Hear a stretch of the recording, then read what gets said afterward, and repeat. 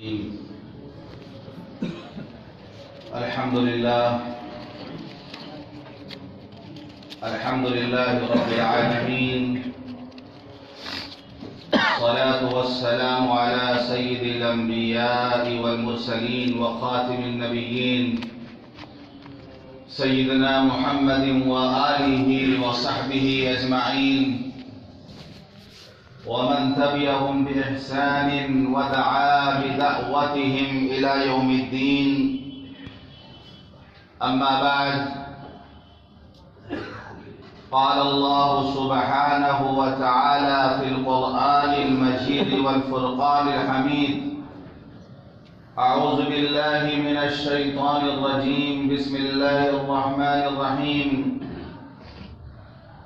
لقد جاءكم رسول من أنفسكم عزيز عليه ما عنتم حريص عليكم بالمؤمنين رؤوف رحيم. صدق اللہ العظیم. محترم بزرگوں، دوستوں اور دینی بھائیوں، اللہ تعالیٰ نے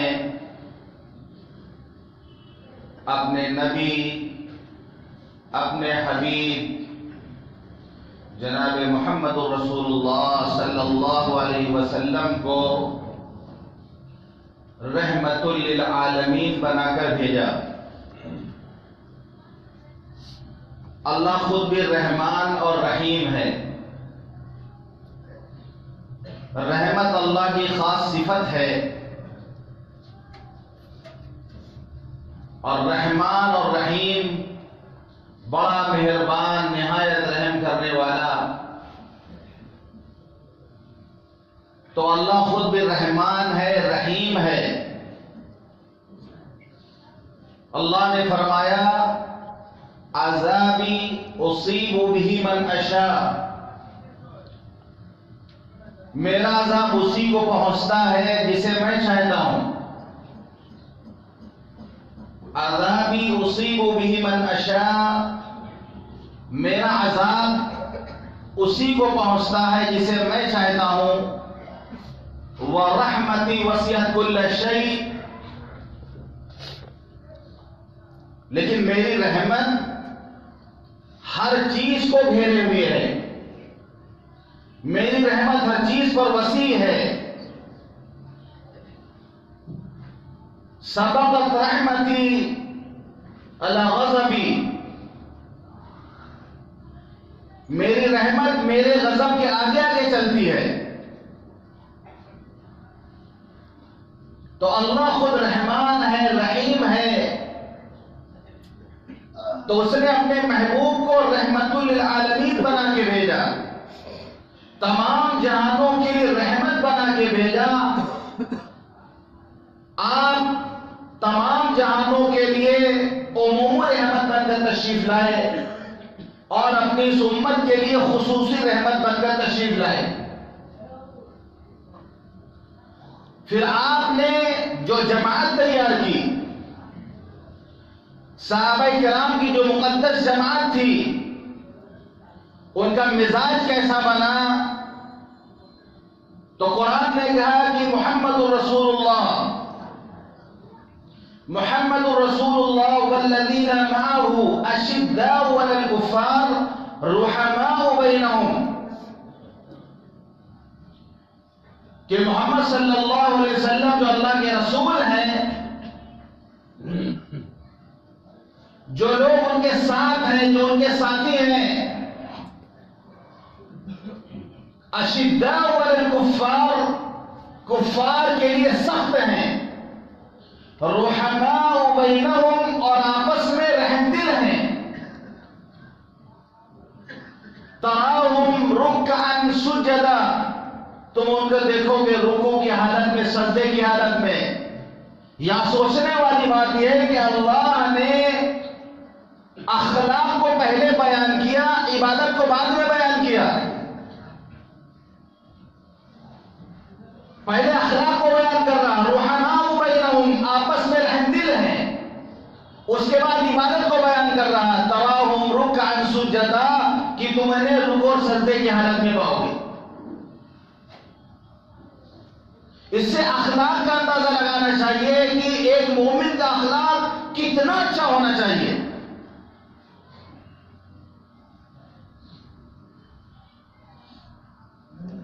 لا ایمان لمن لا خلاق له، اس کا ایمان معتبر نہیں جس کے اخلاق اچھے نہ ہو.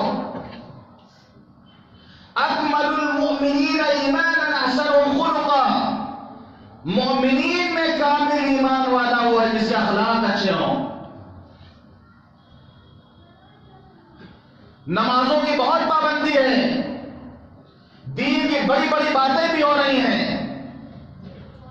لیکن اخلاق کے اندر سدھار نہیں آ رہا، اخلاق کے اندر تبدیلی نہیں آ رہی.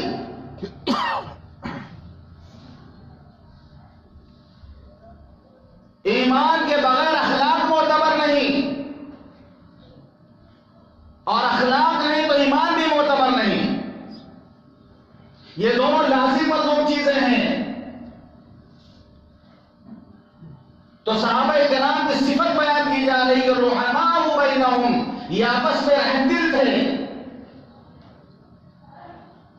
اور پوری امت سے مطالبہ ہے کہ وہ رحم کرنا سیکھیں، اپنے اندر رحم کا جذبہ پیدا کریں، ان کی رحمت عام ہو. وہ کوئی انسان ہو، کسی مذہب کا ماننے والا ہو، کسی بھی ذات سے اس کا تعلق ہو، وہ مالدار ہو یا غریب ہو، وہ چھوٹا ہو یا بڑا ہو، ہر ایک سے مطالبہ ہے کہ وہ رحم کرنا سیکھے. آپ نے فرمایا الراحمون یرحمهم الرحمن ارحموا من فی الارض یرحمکم من فی السماء. رحم کرنے والوں پر رحمان رحم کرے گا، رحم کرنے والوں پر رحمان کرے گا. ارحموا من فی الارض یرحمکم من فی السماء. تم زمین والوں پر رحم کرو، آسمان والا تم پر رحم کرے گا. کرو مہربانی تم اہل زمین پر، خدا مہربان ہوگا عرش بری پر. آپ نے فرمایا لا یرحم اللہ من لا یرحم الناس. اللہ اس پر رحم نہیں کرتا جو لوگوں پر رحم نہیں کرتا. لا یرحم اللہ من لا یرحم الناس. اللہ اس پر رحم نہیں کرتا جو لوگوں پر رحم نہیں کرتا.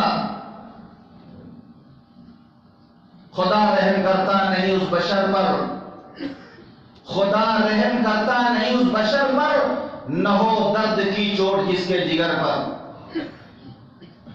ایک صحابی اللہ کے رسول میں بکری ذبح کرتا ہوں تو مجھے اس پر رحم آتا ہے. آپ نے فرمایا جس طرح تم اس پر رحم کرتے ہو اسی طرح اللہ تم پر رحم کرے گا. آپ نے فرمایا جو ذبیحہ جانور تم پر رحم کرے گا، یعنی ذبح کرنے میں بھی نرمی سے کام لے، چھری تیز کر لے تاکہ اس کو کم سے کم تکلیف پہنچے. جو ذبیحہ جانور پر رحم کرے گا کل قیامت کے دن اللہ اس پر رحم کرے گا. یہ رحم کی تعلیم اسلام نے دی ہے. تو حضور پاک صلی اللہ علیہ وسلم کو اللہ نے رحمت للعالمین بنا کے بھیجا. آپ کے آنے سے رحم و کرم کی گھڑا چھا گئی. آپ کے آنے سے رحم و کرم کی بادیں بہاری چلنے لگی کہ سخت سے سخت موقع پر،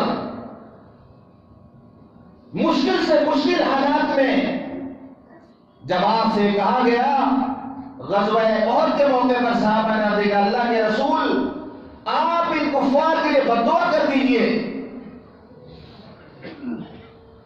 حالت یہ تھی کہ حضور پاک صلی اللہ علیہ وسلم زخمی ہو گئے تھے، خود کی کلیاں گھس گئی تھی رخسار مبارک میں، دندان مبارک شہید ہو گئے تھے، رخ انور سے خون بہ رہا، اور صحابہ کہہ رہے اللہ کے رسول بد دعا کر دیجئے. آپ نے فرمایا انی لم ابعث لعانا ولكن بعثت داعيا ورحمة اللهم اهد قومي فإنهم لا يعلمون. مجھے لعنت و ملامت کرنے کے لیے نہیں بھیجا گیا، میں تو داعی اور رحمت بن کر کے آیا ہوں. اے اللہ میری قوم کو ہدایت دے، مجھے جانتے نہیں ہیں.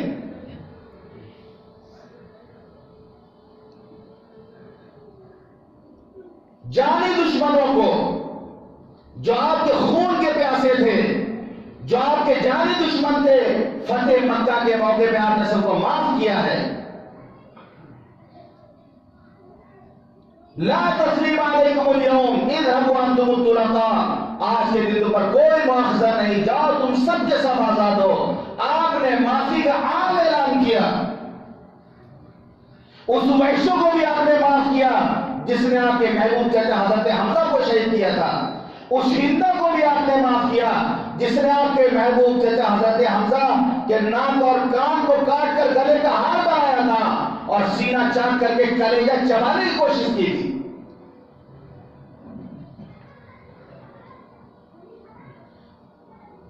اللہ تعالیٰ نے حضور پاک صلی اللہ علیہ وسلم کو رحمت بنا کے بھیجا. ہم سب بڑے خوش قسمت ہیں، ہم سب بہت نصیبوں والے ہیں کہ اللہ تعالیٰ نے ہمیں رحمت للعالمین کی امت میں پیدا فرمایا، کہ آپ کی رحمت کی برکت ہے، آپ کی رحمت کا صدقہ ہے کہ آج امت عمومی عذاب سے محفوظ ہے. ورنہ آج امت کا جو حال ہے، بے دینی کا جو حال ہے، بے حیائی کا جو حال ہے، پہلے قوموں پہ عذاب آ جایا کرتا تھا، زلزلہ جایا کرتا تھا، آندھیاں جایا کرتی تھی، آسمان سے طوفان آ جایا کرتا تھا، بستیاں الٹی جاتی تھی. لیکن حضور پاک صلی اللہ علیہ وسلم کی دعاؤں کا صدقہ ہے کہ امت آج محفوظ ہے.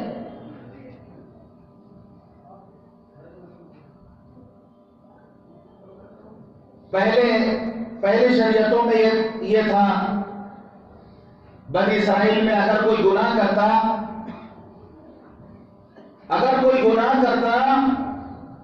تو دروازے پر لکھ جاتا تھا صبح میں کہ اس نے رات میں فلاں گناہ کیا تھا. چھپ کر اگر کوئی گناہ کرتا تو صبح اس کے دروازے پر لکھا ملتا تھا کہ رات میں اس نے یہ گناہ کیا تھا.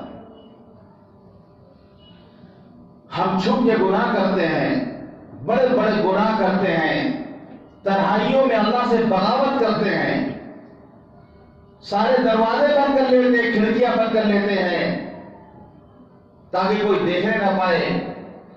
لیکن اس دروازے کو، اس کھڑکی کو ہم نہیں بند کر سکتے جو ہمارے اور اللہ کے درمیان میں ہے. اور صبح متقی پرہیزگار کر کے گھوم بھی رہے ہیں. لوگ متقی ہم کو سمجھ رہے ہیں، پرہیزگار سمجھ رہے ہیں.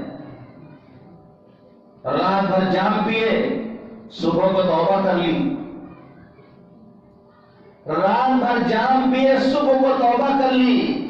رند کے رند رہے، ہاتھ سے جنت نہ گئی.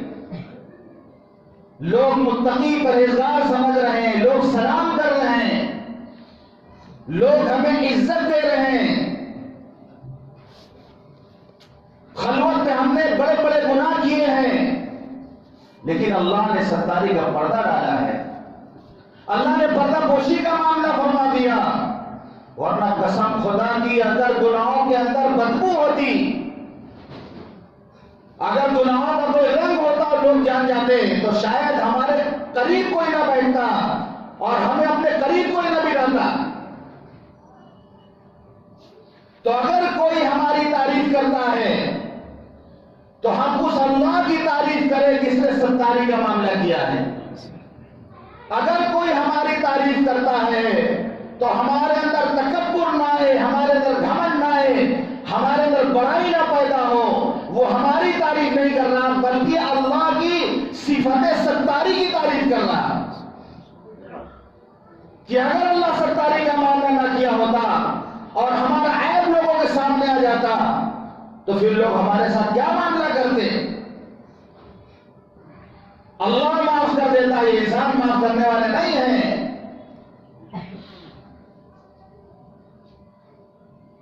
اللہ ہے جو معاف کر دیتا ہے. انسانوں کے ہاتھ میں معاملہ چلا جائے تو کہاں معاف کرتے ہیں؟ انسان ذلیل کرتے ہیں، رسوا کرتے ہیں، بدنام کرتے ہیں، بے عزت کرتے ہیں، تبصرہ کرتے ہیں، مہینوں اس پر تبصرہ ہوتا ہے.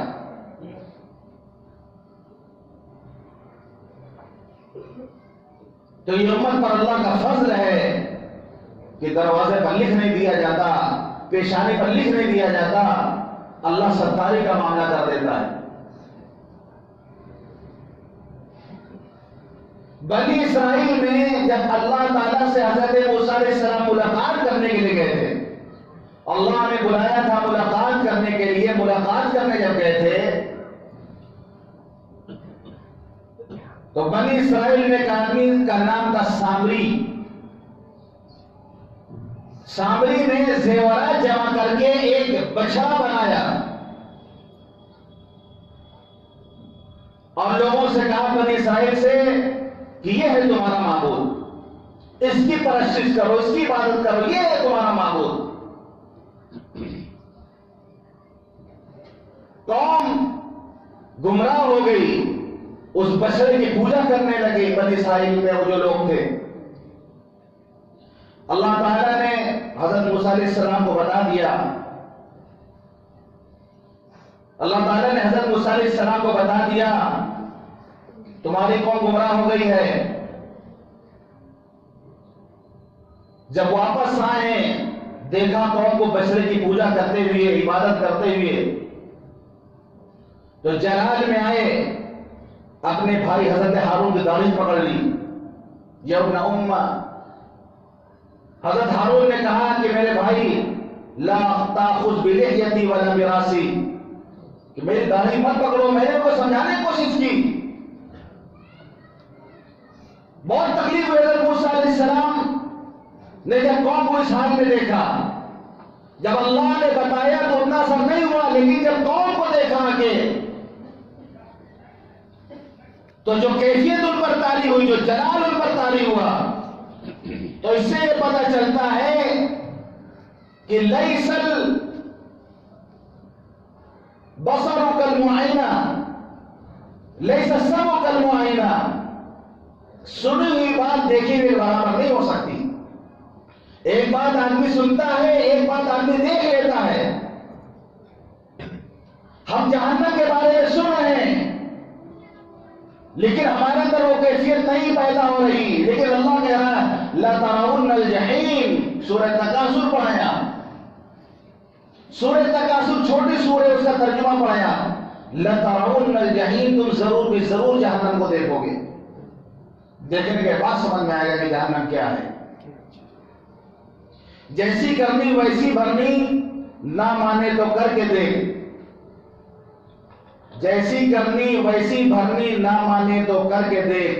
اور جنت بھی ہے، دوزخ بھی ہے، نہ مانے تو مر کے دیکھ. مرنے کے بعد سمجھ میں آئے گا. اب سزا کیا ملی جنہوں نے بچڑے کی عبادت کی تھی؟ اللہ نے یہ حکم دیا تھا کہ ان کی توبہ اس وقت قبول ہوگی جب ایک دوسرے کو قتل کریں گے.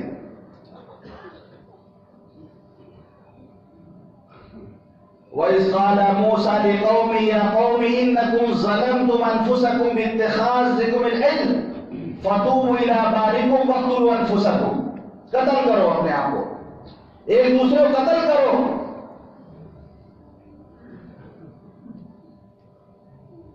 لوگوں نے قتل کیا. تفسیر ابن کثیر میں ہے کہ ایک تاریخی چھا گئی تھی، اس اندھیرے نے ایک دوسرے کو مارا.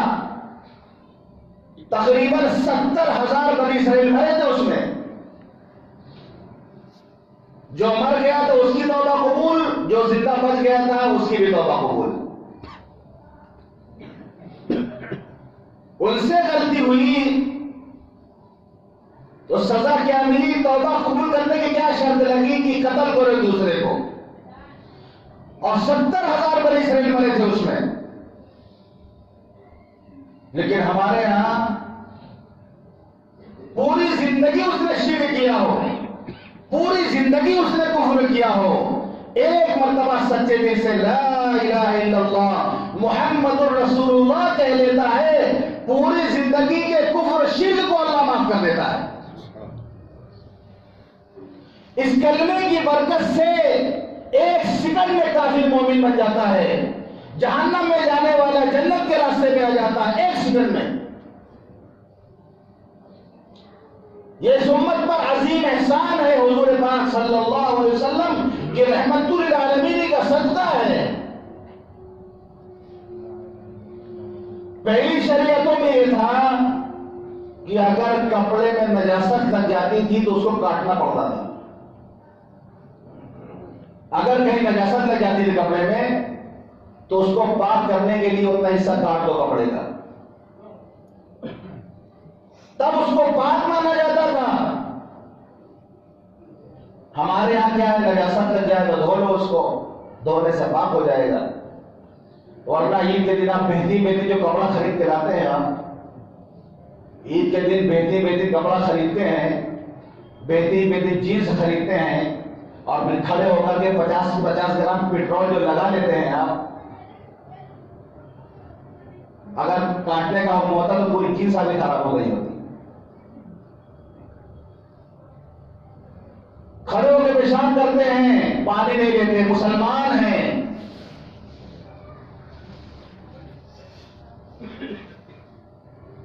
تو جینس سے کاٹنی پڑتی، عید کا کپڑا خراب ہو جاتا ہمارا، لیکن ہمارے یہاں کے دھو تو پاک ہو جاتا ہے دھونے سے۔ کتنی آسانی ہے، کتنی آسان شریعت ہمیں دی ہے اللہ نے۔ کیا آپ نے فرمایا الدین یسر، دین بہت آسان ہے۔ پہلی امتوں میں یہ تھا کہ اگر کوئی چیز صدقہ کرتا، قربانی کرتا، تو قربانی کا جانور لے جا کے پہاڑ پر رکھ دیتا، آسمان سے ایک آگ آتی تھی اور اس کو جلا دیتی تھی تو اس کی قربانی قبول ہو گئی۔ قربانی کیا، جانور ذبح کیا، لے جا کے میدان میں پہاڑ پہ رکھ دیا، آسمان سے آگ آئی، جلا دی اس کو، قربانی قبول ہو گئی۔ جس کی نہیں جلی، جو جانور پڑا رہ گیا، آگ نے اس کو نہیں جلایا، پتہ چل گیا کہ اس کی قربانی قبول نہیں ہوئی۔ دنیا جان جاتی تھی کہ اس کی قربانی قبول نہیں ہوئی۔ ہمارے یہاں کیا معاملہ ہے کہ ہم قربانی کریں، کون کس نیت سے کرتا ہے، کس کی قربانی قبول ہوئی، کس کی قربانی قبول نہیں ہوئی، اللہ جانتا ہے، مخلوق نہیں جان پاتی، انسان نہیں جان پاتے، پاس پڑوس والے نہیں جان پاتے۔ قبول ہوئی کہ نہیں ہوئی اللہ کو معلوم ہے۔ ورنہ اگر کوئی ایسا مانتا ہوتا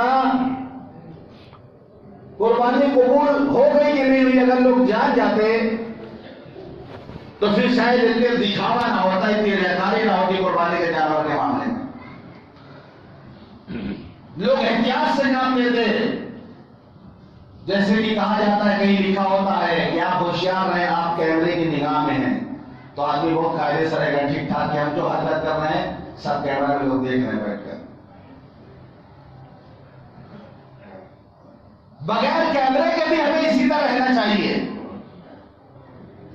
فرشتوں کا کیمرہ لگا ہوا ہے، وہ لکھ رہے ہیں ہمارے حرکات اور سکنات کو، اور اللہ ہمیں دیکھ رہا۔ ہر عمل ہمیں اخلاص سے کرنا چاہیے۔ تو اس امت پر عظیم احسان ہے کہ لوگ جان نہیں پاتے، اور دوسرا اللہ نے فضل کیا کہ قربانی بھی کر لیں اور گوشت بھی کھا لیں۔ پہلے تو آگ جلا کے چلی جاتی تھی، گوشت کھانے وہی ملتا تھا۔ قربانی آپ کر رہے ہیں، ثواب آپ کو ملے گا، اس کے بعد گوشت بھی آپ کھائیں۔ اللہ کی طرف سے مہمانی ہے، یہ اللہ کی طرف سے مہمانی ہے کہ آپ اس کا گوشت بھی استعمال کر سکتے ہیں، کھا سکتے ہیں۔ عقیقہ آپ کرتے ہیں، آپ اس کا گوشت کھا سکتے ہیں۔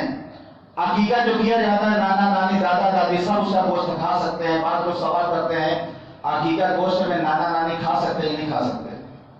یا آپ لوگ زیادہ بہتر جانتے ہوں گے، ہم سے بہت سے لوگوں نے پوچھا، شاید کوئی سی بات ہوگی کہیں کہ عقیقہ جو بچے کیا جاتا ہے تو سب لوگ کھائیں، نانا نانی نہ کھائیں۔ اب نانا نانی سے پتہ نہیں کون سی دشمنی ہے،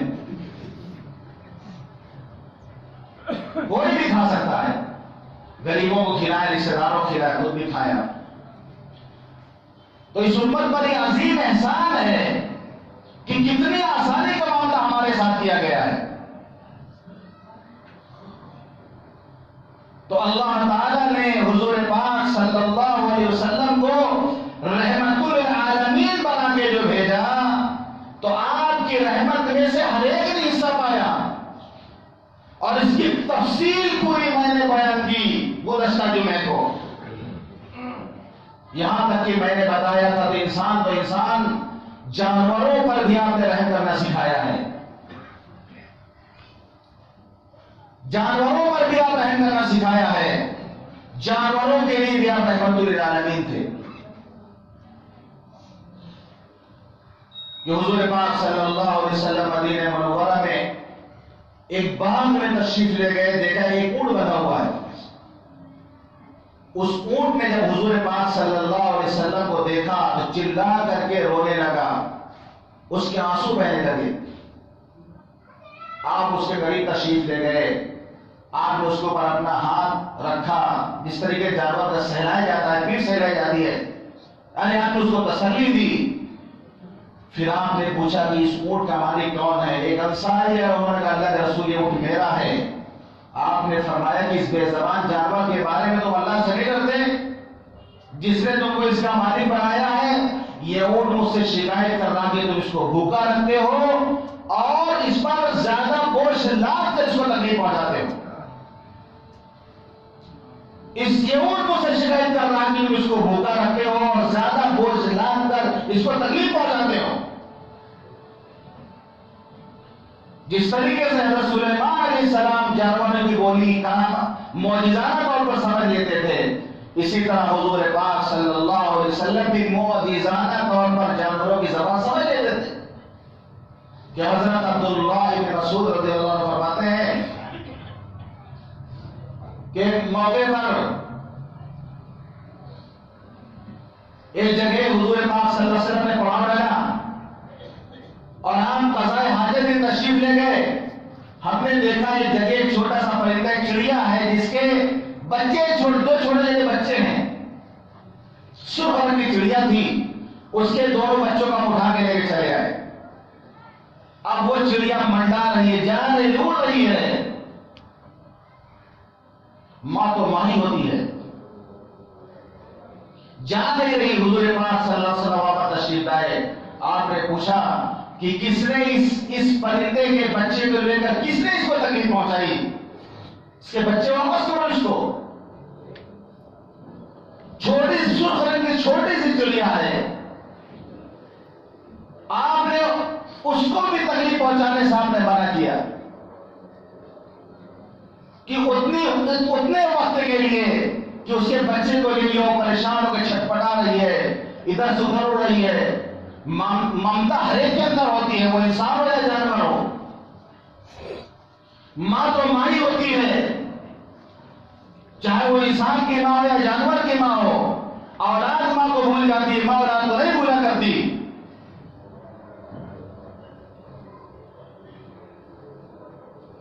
حضرت عبداللہ بن مسعود رضی اللہ عنہ کہتے ہیں میدان میں چیونٹیاں تھی، ہم نے آگ لگا دی تھی وہاں پر.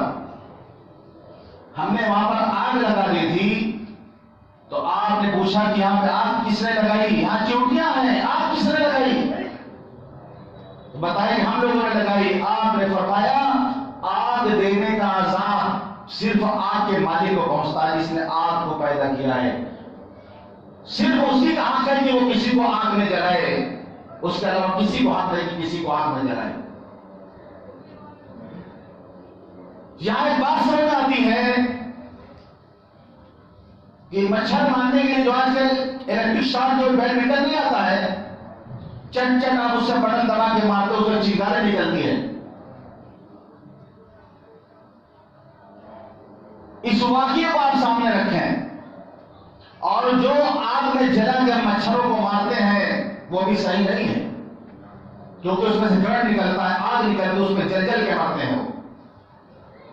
تو جو لوگ استعمال کرتے ہیں اس کو وہ استعمال نہ کریں. اس معاملے میں باقی آپ کسی مفتی سے تحقیق کر لیں. لیکن اس واقعے کی ذرا میں بتا رہا ہوں کہ بیڈمنٹن جو جس سے آگ نکلتی ہے، جلا کے جو مچھروں کو مارتے ہیں، نہیں مارنا چاہیے۔ بہرحال حضور پاک صلی اللہ علیہ وسلم کے ہم امتی ہیں، رحمت للعالمین کے ہم امتی ہیں، ہمارے اندر بھی رحم ہونا چاہیے، رحم کو اپنے اندر، رحم کے مادے کو اپنے اندر بڑھائیں، رحم کو پھیلائیں، رحمت کو عام کریں۔ دنیا جو ہمیں دہشت گرد کہہ رہی ہے، ہمارے اخلاق کو دیکھ کر، ہمارے اچھے معاملات کو دیکھ کر وہ یہ کہنے پر مجبور ہو جائے کہ نہیں، مسلمان ایسا نہیں ہے، یہ رحمت للعالمین کی امتی ہے، یہ جو سراپا رحمت کے یہ ان کے ماننے والے ہیں، یہ دہشت گرد نہیں ہو سکتے، یہ غلط نہیں ہو سکتے، یہ بیٹا کسی کی جان نہیں لے سکتے۔ جن کے ہاں وضو میں بیجا اسراف کرنے کی اجازت نہیں دی گئی کہ ضرورت سے زیادہ پانی نہ بہاؤ، وہ مذہبی تو کیسی اجازت دے گا کہ بلا وجہ کسی کا خون بہائیں؟ ہم اپنے اچھے اخلاق لوگوں کے سامنے پیش کریں، لوگوں کا مزاج بدلے گا، لوگوں کی سوچ بدلے گی، جو غلط فہمی لوگوں کے ذہن و دماغ میں بیٹھی وہ غلط فہمی دور ہوگی۔ اللہ تعالیٰ ان تمام باتوں پر ہم سب کو کہنے اور سننے زبان کرنے کی توفیق عطا فرمائے۔ وآخر دعوانا الحمدللہ۔